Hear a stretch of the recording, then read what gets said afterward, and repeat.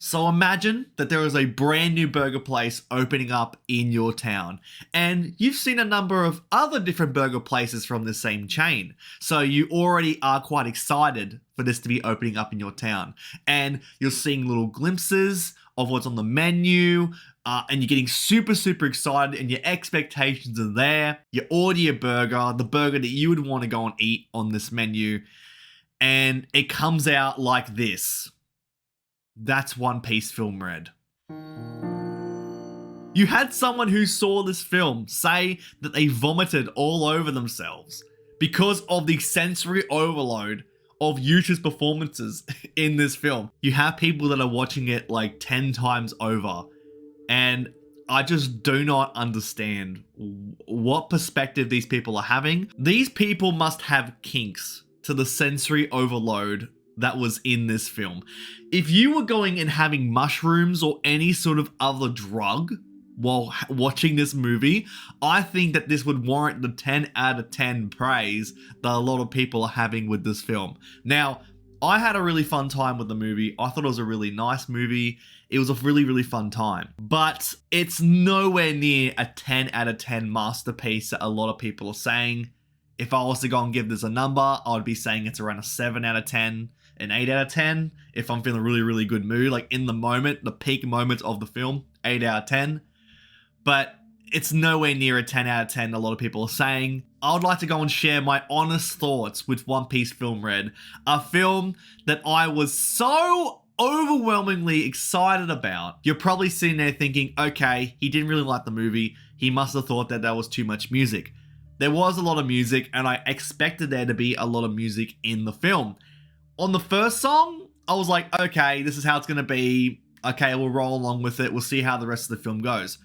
When the second song kicked in, where Yuta is like actually actively angry and attacking people, sold. Like, amazing. I thought this was really fun, really great music. I was so into it. I really was. But there are more aspects to this movie that have bumped down its rating. If you have seen this film, be sure to go and like this video. And if you haven't done so already, be sure to go and subscribe to the channel for all of the latest One Piece content.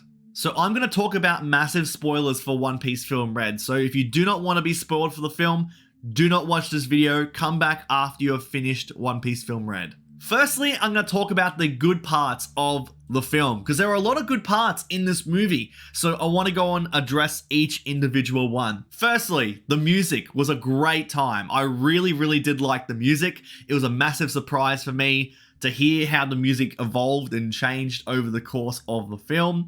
And the singer for the songs, I believe her name is Ado, absolutely killed it. Thought it was fantastic. Great performances from her for a number of different songs in this film. I thought the dynamics of the different characters working together to go and take down Yuta was a very fun aspect of the film. Seeing those interactions that you never really would have thought that you would see, I really did like that, and it brought out some really fun moments in the film. The number one shining character in this entire film is Baby Blueno. Baby Blueno, I want to be with me at all times. Baby Blueno is my spirit animal. Baby Blueno, I want in every single One Piece film.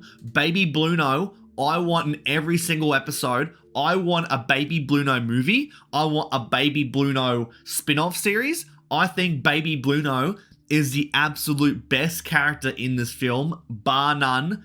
Don't test me on that. That is the best character in this film, hands down. Stole the show. I thought Baby Beppo was a highlight, but then when Baby Blueno stepped in, it was over. Baby Blueno, 10 out of 10 movie. If it was a Baby Blueno movie, this would be a 10 out of 10, but it is not a Baby Blueno movie. It is not a Shanks movie. It is a Yuta movie, so it goes into a 7 out of 10. Seeing Shanks flexing himself against the world government was really a sight to see. It's so cool to actually be able to see Shanks somewhat try. I mean, we've seen him use his Conqueror's Haki and we've seen him have his moments. Seeing Shanks tussle with Kizaru for that little taste, that was amazing. I was like, this is it. This is movie saved. Let the rest of the movie be this. I love seeing Shanks flex his muscles and just showing off why he's an emperor and why, once again, he can just end conflict on a whim. He was ready to fight. Once again, had the haki flowing, zooding out, knocking everybody out, knocking vice admirals out. And then you have Fujitora being like, yeah, nah, let's not do this with all these civilians around. That is the most overused excuse that the world government and the Marines have ever used. Whenever the admirals are in a pinch, whenever somebody is in a pinch with Shanks, it is always, nah, you know, there's civilians around, let's not do this right now. When is it gonna be? All right, do you need to be on your own separate planet? Because I will make that happen. I want to see you fight, fisticuffs, blade on blade, no holds barred. All right, I want to see that. I want that to happen, and I don't want any more excuses. Now, another great part of the film, and this is heavy spoilers, so go away. Gear 5 was in the movie for a glimpse, and I didn't think they would show it, because at the very start of the film, you heard the rumblings from the crowd, and they're saying, oh my god, it's the 5th Emperor Luffy. So I'm like, well, the way that the timeline is, I don't know if it's gonna show Gear 5. They showed Big Mom in there too, not defeated, so I'm like, okay, then that's before all this sort of stuff, but maybe they can make something happen. And then the very final attack with Shanks and Luffy, he goes into Snake Man, he does his massive attack, it shows the flashback. I'm like, okay, they're not going to show Gear 5 here because it's too small of a moment to show, like, it's too less of time to show him transform into Gear 5, and they're making such a huge moment with Gear 4 Snake Man that they're not going to show it. So I'm like, okay, all right. I expected a little too much that Gear 5 would appear, but I'll take what I can get. This is really fun though. Let's go for it. And then the Mad Lads, the absolute Mad Lads, showed Gear 5 before the anime had even shown it. These guys are crazy, but I love that they did it this way because it gets the chance for the anime to really show off what Gear 5 truly is, to explain what it is, because just seeing this little glimpse, it really is a nice teaser for what's to come. So I was a really big fan. They showed that. It was a really nice fan service. It was a really great little tease, and like, you cheeky little bastards showing that, but also I appreciate that they did it this way. I thought it was really cool. A really nice gesture for the One Piece fans watching this film, getting really excited for Gear 5. Really nice piece of fan service. I really did like that. I made a previous video detailing my predictions for the film, and I totally called what Yuta's powers were.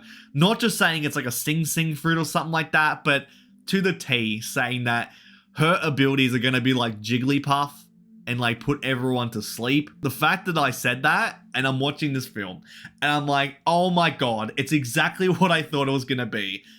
But in saying that, there are a lot of parts that it was what I thought it was going to be. But there were so many parts, which I'm going to get into in my bad section of the film. The parts of the film that really were a disappointment to me, that I didn't expect going into the film, which really hurt my score and really hurt my enjoyment of the film overall. So getting into the bad sections of the film, the fact that it had such a small scope, but in saying that, the scope of this was massive. 70% of the entire population was in this dreamland, like in this dream state, falling asleep, essentially going to die with Yuta, right? Something that huge, yet felt so small because of the scope being on the island. And I really didn't like that. I thought it just made it felt claustrophobic. And then to add on top of that, not only do you have such a small area of this film taking place, it only takes place on this island, which we don't really get to see all that too much of. We get to see little bits here and there, but we just go into a castle or two and then stay on the stage. You have so many characters in this film, so many different characters in this one contained space, that it just felt so claustrophobic. The multitude of epic characters in this one place, it really suffocated the space of the film. It really suffocated this film. It didn't let any of the characters really shine. I mean, we had moments, like in the very, very last part of the fight, where you have like Usopp using his observational haki to go and tap into his dad's presence on the other side of the dimension.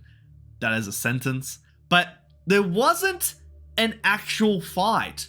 Like, I was hoping that we would maybe get some sort of like, you know, standard fanfare where it'd be Sanji fights somebody, Zoro fights somebody, and then we get to Luffy fights Yuta, and then maybe get into the big massive fight. But no, there isn't really any true fights in this film. It's just everybody fights fodder and does their little attack in succession to attack the fodder, and then we get into the final fight where the same thing happens. They just do their little attack, and you don't actually get the chance to appreciate the attacks that each person is doing because they go through it so quickly, because there's like 15, 20 different characters that have to do their attacks. So none of the attacks feel like they have any sort of weight. They don't feel like they have any sort of massive, incredible impact.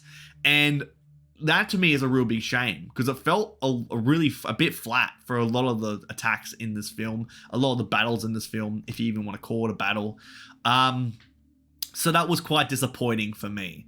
Another one too is that there was nowhere near enough Shanks. There was info with Shanks that we have never heard before that is canon, that I think is really, really cool, that will be tying into stuff later on in the series, which I think is really, really neat. Again, great fan service there, giving us a bit more info for Shanks. I really did like the moments that we got with Shanks, and they are absolutely incredible. Like, again, Shanks using Congress Haki, incredible. And also the fact that we got the chance to go and actually see Shanks somewhat go all out in the very final attack, where they went in succession with Gear 5 and Shanks doing their final attack together. Seeing him actually try was pretty cool. I'm keen to see in the future, when he does go all out in the manga, to see if there's anything in this film that was a foreshadowing to that, because we didn't actually get to see very much. He just kind of held up his blade and it was oozing aura, and he just kind of attacked. Meanwhile, Luffy was going full Gear 5, which is pretty cool. I really wish there was more Shanks in the film. I really, really did. I thought there wasn't enough. I really wish there was a bit more. On my previous point, we had too many characters. There was far too many characters in this film where none of them could really be fleshed out and only have a little quip here and there. And on that point, one of the biggest crimes in this whole film is that Katakuri, he wasn't there until the final 2 minutes of this fight. Where was my boy Katakuri, right? He was, oh my god. How do you start this film saying, all right, big mum, I'm going to go over there. I'm Katakuri, right? I'm going to go over there and I'm going to go and sort this shit out. How do you do that in like the first 10 minutes of the film, and then he comes back an hour and a half later? You don't do that. That was a real big disappointment for me. Katakuri should have came back much, much earlier in the film. He would have been a really good part of this film. But also, in saying that, I probably would have fell into the same issue where there's just far too many characters. You even had the Gorosei in the film watching the entire concert. There was so much going on. And I think that's the biggest issue that I have with this film, is that it was just far too messy. It was far too clustered. Like, if you had the scope of the film a little bit bigger, with less characters, to really focus on each individual character a bit more, have more of their moments to shine, maybe get them more to have a proper one-on-one fight. Not that long at all. Just give them a moment to have a bit of a tussle and have a proper fight, instead of just knocking down some fodder and then fighting the big boss at the end that you just throw a bunch of attacks at in massive quick succession, to where you can't even enjoy the moments for each individual one. It was just so messy. It was so clustered. It was so messy. And to go back to my original analogy at the start of this video with the burger. Imagining you're going to a restaurant and you order that burger, right? And it comes out the way that I showed you. Sure, you could say, look, oh my god, like the burger, like the meat is so tasty. And oh, that chili relish they put on there was so good. But also, there are so many different toppings on this burger. Like, there's so much. I can't enjoy. I can't tell what I'm eating. It's just all mushed together. Like, I don't know what this is. The easiest way to go and put my thoughts on this film is that it's suffocated itself. It really did. It suffocated itself under the weight of its characters, of its scope, as well as tossing in the most incredible moments with Luffy in Gear 5, Shanks going all out against Kizaru, Conqueror's Haki moment from Shanks. It's a very clustered film, it's a very messy film, and it's suffocated under the weight of all of its parts. Overall, I had a very fun time watching this movie, but overall, I can't help but think about all of these different aspects of the film. So in saying that, my score does sit at a 7 out of 10. Now, if you did find this film a 10 out of 10, and you are one of those people that find this to be one of the most like incredible pieces of One Piece content, period, like you went back to the cinemas and you watched this again and again. If you're that kind of person for this film, I would love to know your thoughts in the comment section. What parts of this film made that sit as a 10 out of 10 for you? Are you being wrapped up in all of the hype for all of these moments? Or are you objectively looking at this film as a whole and going, you know what, out of every single part that you've mentioned in this film that I've seen as well, I still consider this a 10 out of 10. I would love to see your thoughts in the comment section, to see your perspective and see your review for this film. Again, overall, fun time. I thought it was a great time to watch this film. A lot of great moments, but overall, it's a 7 out of 10 for me personally. I hope you all have an awesome day. Take care, and I'll see you all on the next one.